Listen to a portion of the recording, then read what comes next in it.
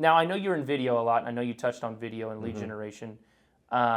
I think you are probably, and I'm not just saying this because we're on camera, but I think you probably handle social media better than most because you're not afraid to do it, and it literally doesn't matter what you do, you're just going to do it, right? Yeah. And so talk to me on kind of your mindset behind video and what you think it does for people's businesses if it's their personality type for lead generation. Okay. Yeah, so of course I like to share, and so I'm a sharer. I share my personal life. My wife has to say, hey, don't video inside our house when it's messy. And I'm like, it doesn't matter. Like everyone's house is messy. Trust me. This is me. I go in homes all the time. Yeah. We all live like differently than the photos online, right? So for video, I feel that, and oh my gosh, what was your question? Just how video can, you're very good at video. Got it. So how do you use your video to essentially generate leads because it's you and it's genuine and it's authentic?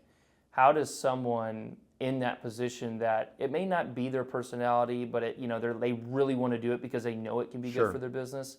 How do they take that step and just know that no one's on the other side of that camera besides the people that are going to see it, and just be authentic to themselves? How do they do that? Yeah, so there's a why and there's a how. So the why is if you want more people to see you at once without you physically going to them, video's the answer. Yeah, right. Okay?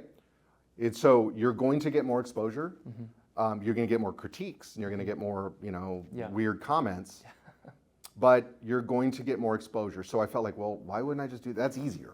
That's faster and easier. 100%. It makes more sense for me to say is to the camera, and then it go to 100 people, 30 people, 800 people, whatever. Right.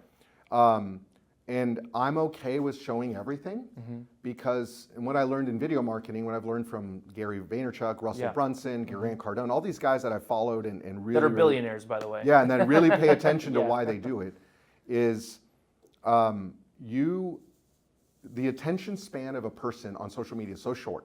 Yeah. So your video that you put 5 hours into, that's 45 seconds long, no one cares. Yeah. But they saw your face and they're like, oh, and then the next day they saw your face again and they're like, oh, Chris, that agent. Oh, wait, that's kind of funny. Yeah. And it's little tiny snippets, but if you do it consistently, they're like, you're the guy with the videos. And that's what everyone says. Oh, you're the guy that makes those videos or whatever. And I asked my wife, like, hey, did you like it? She goes, I didn't watch the whole thing. I'm like, my own wife does it. And so that shows you the psychology. How do you expect others to? Yeah. So I'm not worried about how many people are going to see it. Yeah. What again, this is me and God. God's like, I gave you some talents. Yeah. Just go do that and be yourself. So I do it, not expecting views, not expecting anything. But because I'm authentic, because I'm just me, I feel the people that like me are attracted to that. 100%. And they're going to be like, I want you to work for me. Right. I don't try to be someone I'm not. So the how would be, to anyone starting, just send videos to your friends and family and clients personal, wishing them a happy birthday, telling them happy anniversary, telling them you're sorry that their kid broke their arm, whatever. You will get used to being on camera, and you will get a good, positive reaction from that person most likely, and you'll be like, okay, this isn't that bad. Yeah. Then you can go into the social media part. I think people try to jump in and act. Right. And they're like, this is exhausting. Yeah. And I can't do this every day. Right. And then they quit. Well, I think it's fake too, is the other part to it is if you're not a video person, don't do video like we talked about. But it's so important these days because you're right. I mean, I've posted a video that's got 2 views that I thought was killer. Like I'm like, this is going to kill it. This is going to be the one. And then I posted a video I took for 20 seconds working in the office and it had 500,000 views. And it's like, what in the world? Doesn't make any sense, right? So, but I would have, you know how much time it would have taken me to meet 500,000 people? Video is by far the best answer to anything if your business is struggling from that perspective, because I think it gets you in front of more people and they remember you more often. 100%. Right? 100%. And you have to have a video about something that someone has an interest in or has a question about. If all I do is make videos of, look what I sold today, the people will start caring less. If I'm like, look at this water faucet at this house.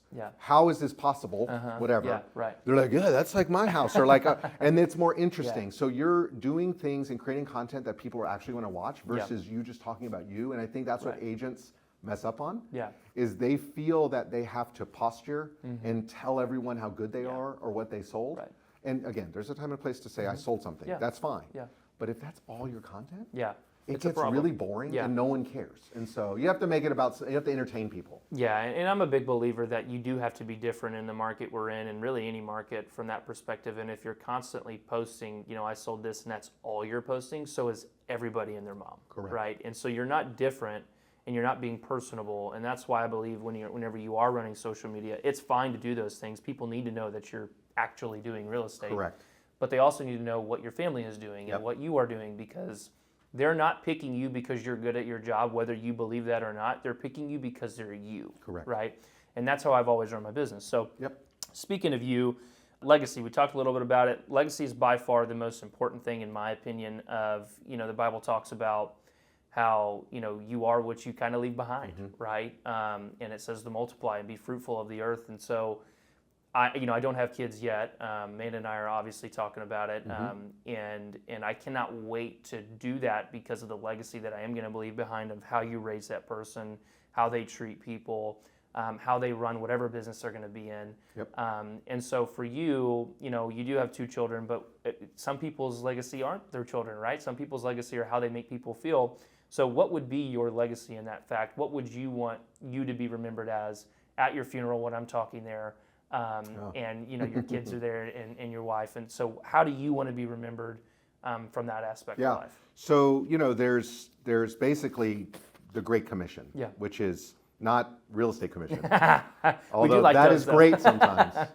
The Great Commission is basically go out and make fishers of men, right? So for me, my nuclear family, my wife and my children are going to most likely outlive my parents or whatever and me, and so what I'm doing and sowing inside them is going to make a difference for their life and who they affect and their purpose and their spouses and children and all those things, God willing. So that's a big deal. Right. But if my goal is to have a men's group Bible study every year, and it's basically discipling other men. Yeah, love it. So I've gone through that program. I've been in Bible studies for decades, but now like my real focus in the legacy world is how many people did I share God with, or share God with them, and how many of them did I teach and help to go do the same. Right. So I'm trying to multiply in that sense people that I'm discipling, and I'm still getting discipled, but if I'm discipling someone, my goal for them is to, when they finish 36, 42 weeks, is they start their own group. Right. That's my goal. So really when someone shows up to my funeral, like I want them to think more about how much of an impact I made on them as a person, as the eternal impact, like where they're going when they die, versus he was really good at real estate. Yeah. I really don't even know if I care if real estate is in my obituary or whatever. It's probably going to be in there, but whatever. Yeah. And you said real estate isn't your identity, and I think again we get caught up in the paperwork and the constant drudges of the business, and so people forget that. So I love that. Yeah, that's awesome. Well, Chris, thank you very much, Thanks, man. Buddy. That was very informative. Everyone, I hope that inspired, informed, and educated you guys a little bit on just how a successful agent carries himself, works in his business. This is not the perfect model. I am not the perfect model, right?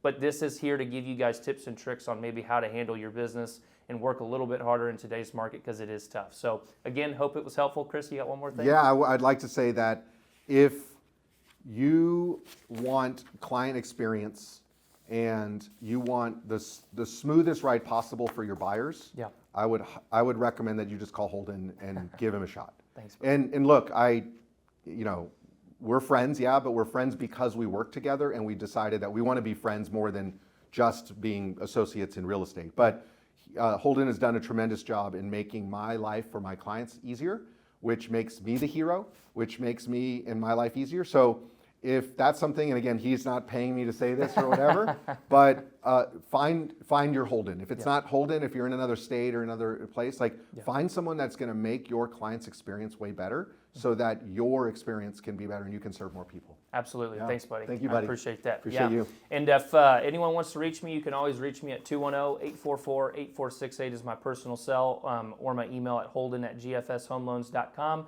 Chris, what is your contact info? You can reach me at chris@sanantoniohomegroup.com. And then on Instagram and TikTok or whatever. It's mostly Instagram and Facebook, but you can find me at Christopher Galvan, or the Chris Galvan is the @ handle, and I only had to choose that because every other name was taken, so I'm not super egotistical that way. But God. yeah, call me if you have any questions or want to buy or sell. Yeah, awesome. Thanks, guys. Thank you.